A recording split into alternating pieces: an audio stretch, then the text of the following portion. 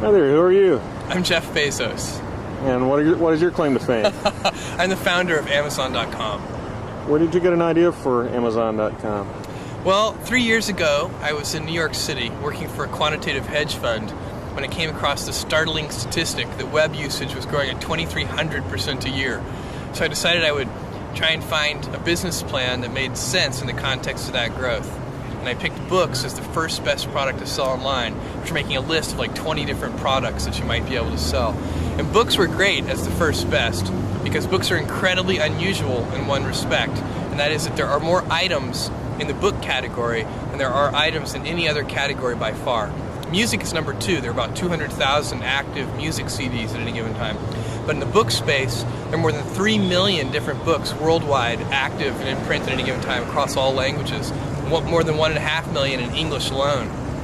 So when you have that many items, you can literally build a store online that couldn't exist any other way. And that's important right now because the web is still an infant technology. Basically right now, if you can do things using a more traditional method, you probably should do them using the more traditional method. What kind of inventory do you keep? We inventory the best-selling books. At any given time, we're inventorying in our own warehouse only a couple of thousand titles. And then we do almost-in-time inventory for another 400,000 titles or so. We get those from a network of we order electronically from a network of wholesalers and distributors. We order those today. They're on our loading dock the next morning. Then for another 1.1 million titles, we get those directly from 20,000 different publishers, and those can take a couple of weeks to get. And then there are 1 million out-of-print books in our catalog. We have a catalog of 2.5 million books altogether.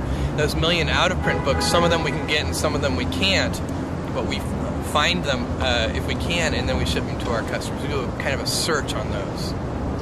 What's almost-in-time inventory? Almost-in-time inventory is the phrase we use to describe a whole selection of books that we offer. It's basically the things that are, below the 2,000th best-selling book up to the 400,000th best-selling book. Those are titles that we can get from a network of more than a dozen different wholesalers. So if a customer orders a book from us today, we order that book from our wholesalers today, and that book shows up on our loading dock the next morning. And then we can ship it to the customer.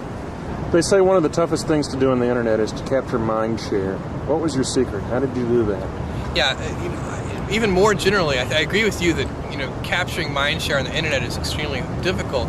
Even more generally, it's the late 20th century, not just the internet. Capturing attention. Attention is the scarce commodity of the late 20th century. And one of the ways that you can do that, and it's the way that we did it, was by doing something new and innovative for the first time that actually has real value for the customer. That's a hard thing to do, but if you do that, then newspapers will write about what you're doing. Customers will tell other customers, and you'll get a huge sort of word-of-mouth fan-out, and that can really drive and accelerate businesses. And that's what happened with us. In the first year of opening Amazon.com to the public, we didn't do any paid advertising, and all of our growth was fueled by word-of-mouth and media exposure. I saw little ads at the bottom of the column of the New York Times. That was our very first advertising. We don't do that anymore, but at the very beginning, we did little tiny ads at the bottom of the front page of the New York Times.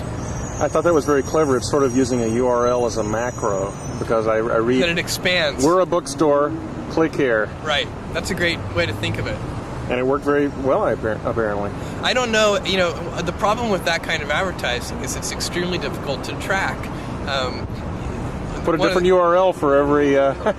That's the problem, is that you want people to start to learn your URL, so you don't want to actually use a different one. And it's very easy. One of the great things about online ads, we do advertising today in maybe 40 different, on different websites. We do banner ads.